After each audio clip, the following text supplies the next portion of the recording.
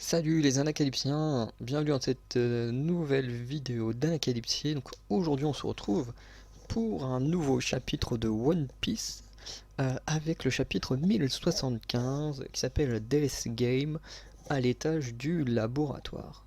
Je vous laisse avec le générique et on va revenir un peu sur ce qui s'est passé durant ce chapitre.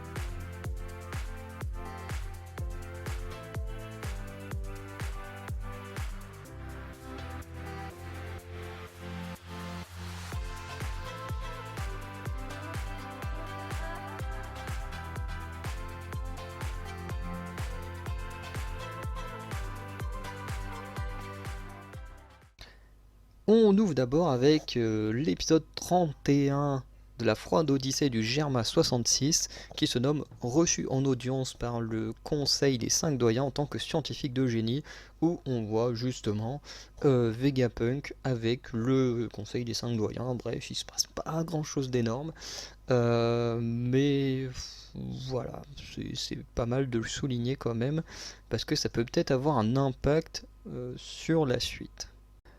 Ensuite, on a, enfin, le chapitre commence réellement avec le Vegapunk numéro 1, donc le Chaka, si je dis pas de bêtises, qui suit celui qui a attaqué Pythagore avec les caméras, mais il découvre que celui-ci détruit la caméra que regardait Chaka, sans que ce dernier n'arrive à voir réellement qui c'est. Bon, vu la forme du truc et qu'on sait ensuite, quand on a lu le chapitre qui s'est passé, je serais pas surpris que ce soit Jinbei avec son pouvoir. Non, si, c'est bien le séraphin de Jinbei qui a le pouvoir de se mouvoir la moitié dans le sol et tout, bref. Chaka va avouer à Luffy qu'il n'entend plus les autres. Ensuite, on voit le groupe de Nami, Brook et un des Vegapunk, dont j'ai oublié le nom. Nami découvre la fabrique de diamants, va tenter d'en voler carrément, rien à foutre la meuf, et prend juste tout, met dans son sac à dos. Sauf que comme c'est trop lourd et qu'ils doivent bouger, elle le laisse dans un coin, elle fait on a intérêt à repasser ici après, hein, parce que moi, l'or, je le garde. Du coup, elle apprend par les Vegapunk que l'on peut créer les diamants, chose qui intéresse énormément Nami, puisque ben, forcément, si elle peut créer des diamants, elle peut se faire une tonne de thunes. Voilà, et on sait tous que Nami, sa passion, c'est le fric. Donc voilà, elle découvre une nouvelle façon de faire de l'argent qui peut être plutôt pas mal. Bref, Nami, elle m'a trop fait rire durant le chapitre. Voilà, c'était très content de la voir. Ensuite, on suit Chopper, Robin et une autre Vegapunk qui de mémoire est Atlas. Et ils vont découvrir du coup une autre salle, parce qu'ils sont tous dans des salles différentes en train de chercher le Vegapunk original. Et ils vont retrouver des organes artificiels dans des sortes de bocaux géants. J'ai pas le mot pour appeler ça, donc j'appelais ça des bocaux géants. Voilà, on apprend même que Atlas peut changer de visage grâce à une sorte de masque. Voilà, donc c'est, j'ai trouvé ça plutôt intéressant que ce soit placé là avec Chopper qui est médecin et qui tombe sur une salle remplie d'endroits avec des organes et tout comme je trouvais que Nami qui tombe sur un endroit où on fabrique de l'argent, c'était plutôt intelligent. Et de mémoire, ça continue ou pas, je sais plus. Ensuite, on revient rapidement sur Luffy est un Vegapunk. Non, il n'est pas un Vegapunk et avec un Vegapunk, voilà, c'est mieux comme ça. Et voit que là, toutes les autres caméras sont en train de se faire détruire les unes par les autres. Et donc Chaka nous annonce que un intrus est dans le laboratoire, sauf qu'ils ne savent toujours pas qui est cet intrus. Ensuite, du coup, on a Stussy avec Sanji et Jinbei qui eux découvrent la fabrique d'armes du laboratoire. Alors j'aurais peut-être préféré que ce soit Franky qui soit là, vu son rapport avec son côté cyborg, les armes qu'il possède en lui, tout ça.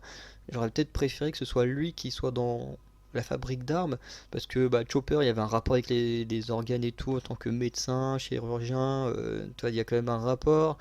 Nami avec l'argent, et là on a Sanji, Jinbei, bon, Stussy, voilà, il y en a aucun des trois qui a vraiment un lien avec les armes, et je trouve ça un peu dommage. Euh, qu'ils aient pas inversé le trio là avec le suivant qui est d'ailleurs la Vegapunk Lilith avec Usopp, Franky et la Vegapunk York. Et du coup, je trouve que Franky et Usopp auraient été plus logiques dans la fabrique d'armes, puisque Sniper, Cyborg qui utilise des armes à feu, enfin, pas vraiment, enfin, des lasers et tout, bref, vous comprenez ce que je veux dire. Après, c'est pas plus dérangeant que ça, mais pour coller à la logique du personnage avec les labos, j'aurais trouvé que les deux trios là, enfin, trio quatuor, étaient un peu mieux inversés, mais bon, voilà, c'est juste un avis perso. Et du coup, ce quatuor va découvrir le corps de Pythagore décapité, sauf qu'on voit que finalement c'est juste un tout petit corps, voilà, qui est sur un corps plus géant. Donc finalement, euh, la partie importante de Pythagore est toujours intacte. Et du coup, ils vont se faire attaquer par le Séraphin de Bois Hancock. Séraphin de Bois Hancock qui va transformer en pierre York et qui va même détruire une partie de l'endroit où ils sont. Voilà, parce qu'on a Franky, Lilith et Usopp qui vont chuter. Voilà, Lilith qui ne comprend rien parce que le Séraphin ne lui obéit pas, alors que normalement il est censé obéir au Vegapunk. On apprend également que, bon, ça on le savait déjà, mais que ça coûte très cher et qui sont extrêmement puissants, et du coup Lilith euh, pense qu'ils ont aucune chance de vaincre les Séraphins. On passe ensuite dans la salle de commandement avec Luffy, Zoro et Chaka qui vont se retrouver face aux Séraphins de Kuma et de Mihawk. Chaka nous dit que s'il refuse d'obéir à lui-même, c'est que le vrai Vegapunk a dû donner les instructions. Et ensuite, Kaku et Lucci, qui sont apparemment aussi des cibles des Séraphins, ben, oui, j'étais perdu dans mes pensées. Du coup, Kaku et Lucci, qui sont aussi des cibles des Séraphins, vont demander à Luffy et Zoro de faire alliance afin de tuer les Séraphins. Bon, Luffy et Zoro n'ont pas l'air emballés, mais ce sont des gentils, on se doute bien qu'ils vont les libérer. De toute façon, ils ont déjà eu le dessus juste avant, donc on se doute bien que même si le CP0 les trahissait, Luffy et Zoro auraient forcément le dessus sur Kaku et Lucci. Et que bah, les Séraphins sont une menace ultra importante à prendre en compte. Et effectivement, là on peut se poser beaucoup de questions. Qui commande les Séraphins? Puisqu'effectivement, en dehors des Vegapunk comme ça, de mémoire, il n'y a que le Vegapunk original et le Conseil des 5 doyens qui peut prendre le contrôle des Séraphins.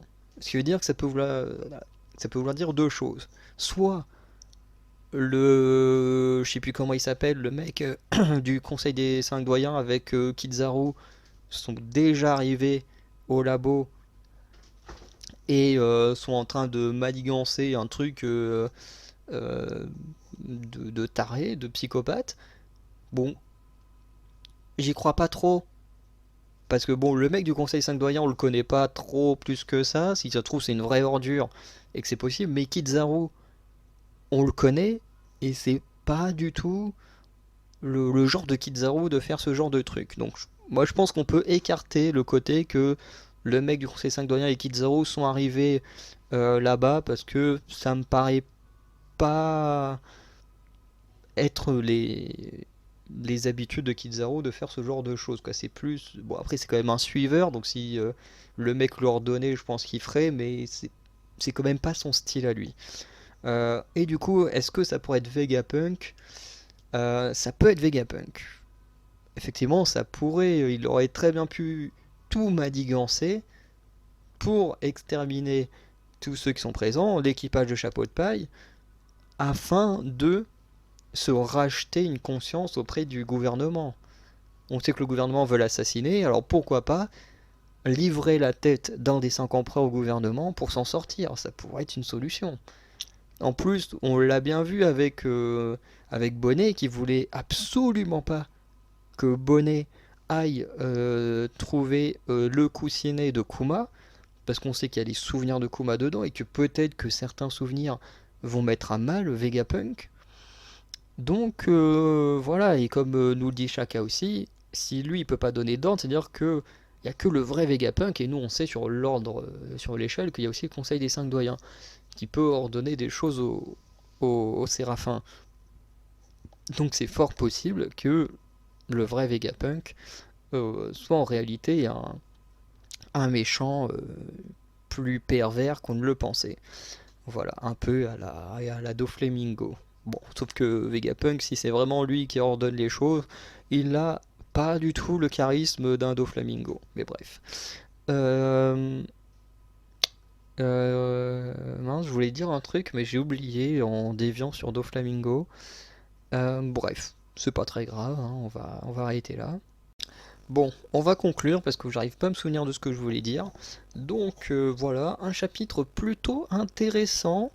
J'attends quand même le chapitre de la semaine prochaine parce que d'un côté, j'adore ce système, ce côté où il y a tous les petits groupes, ils vont sûrement tous affronter des séraphins parce que là, on a celui de Kuma et de Mio qui affronte le groupe où il y a Luffy Zoro.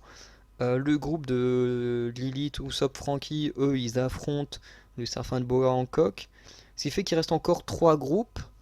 Et du coup, il y a au moins le Séraphin de Jinbei qui, pour l'instant, n'affronte personne. Et après, je me souviens plus de ce qu'on a d'autre comme Séraphin. Parce que je crois qu'à l'heure actuelle, ce sont les seuls qu'on a vus. Mihawk, Kuma, Jinbei et Hancock. Mais du coup, s'ils ont pris les autres empereurs, on peut penser qu'il y a aussi du Séraphin de Trafalgar, du Séraphin de Baggy, du Séraphin de Crocodile, euh, de Moria. Donc peut y avoir encore d'autres séraphins qui traînent dans tout ça. Voilà, en sachant qu'il y a aussi les Mark III, les pacifistas Mark III qui vont sûrement essayer d'aider l'équipage de Chapeau de Paille et des Vegapunk. Bref, on verra la semaine prochaine. Moi, ce que j'aurais aimé, parce que genre le truc s'appelle Death Game, machin, en fait, j'aurais au moins aimé qu'on sache qui a donné les ordres aux Séraphins, histoire de vraiment pouvoir rentrer dans cette histoire-là et tout ça. Je trouve que ça aurait été plus simple, parce que là, ok, on amorce des combats qui vont sûrement être très très cool, mais en attendant, on ne sait pas qui est l'investigateur. Et c'est un peu dommage de nous donner un titre avec en mode oui, le jeu de la mort, alors que bah, y a rien qui nous dit que c'est vraiment un jeu de la mort, puisqu'on ne sait pas qui donne les ordres. Et même si on ne nous montrait pas la personne, il n'y a pas eu non plus de escargofaute, de trucs comme ça, d'une personne qui donne les ordres de quoi que ce soit. Donc je trouve que le nom du chapitre est bof par rapport à ce qu'on nous raconte et tout ça. Parce que moi, ça m'a énormément, le titre m'a énormément teasé, m'a très donné envie de lire le chapitre, et au final, le fait qu'il n'y ait pas de révélation à la fin, ça m'a un peu déçu. Finalement, en parlant justement du titre et tout ça, ça m'a rappelé ce que je voulais dire, c'est qu'il y a aussi un truc qui peut montrer que Vegapunk est le traître et le méchant, c'est l'épisode de la fraude Odyssée du Yarma 66. Parce qu'on est censé suivre le Jirma 66, ça fait un petit moment qu'on s'est dévié en partant dans le passé avec Judge, Queen, César et Vegapunk. Et là, on est dans un chapitre où Vegapunk peut potentiellement avoir trahi le groupe et être le méchant. Et forcément, c'est quoi la première page? La page qu'on vend tout premier quand on lit le chapitre, c'est Vegapunk avec le conseil des 5 doyens. Est-ce que ce ne serait pas... Alors, j'aime pas trop ces trucs de foreshadowing, mais est-ce que ce serait pas le cas?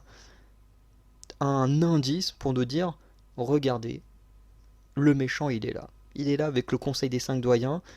Il a aucun rapport avec le Djerma 66, avec l'histoire qu'on est censé raconter, leur échappade de l'équipage de Big Mom.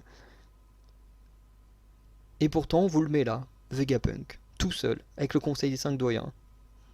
Pile au moment où tout le monde se fait trahir, enfin se fait attaquer par les séraphins, que Vegapunk original a disparu, enfin il est censé avoir disparu. Bref, est-ce que cette première page ne serait pas un indice sur le fait que Vegapunk soit le méchant? À voir, à voir. Si c'est quelqu'un d'autre, ça me dérange pas. Si c'est lui, bah, je serais content d'avoir deviné. Bref. Du coup, n'hésitez pas à me dire ce que vous avez pensé de ce chapitre dans les commentaires. Et sinon, bon, on se dit à très bientôt pour de nouvelles vidéos. N'hésitez pas à checker les chaînes, les autres vidéos de la chaîne et les vidéos des autres chaînes si autre chose vous intéresse que les mangas et le webtoon. Et sinon, on se dit à très bientôt. Ciao.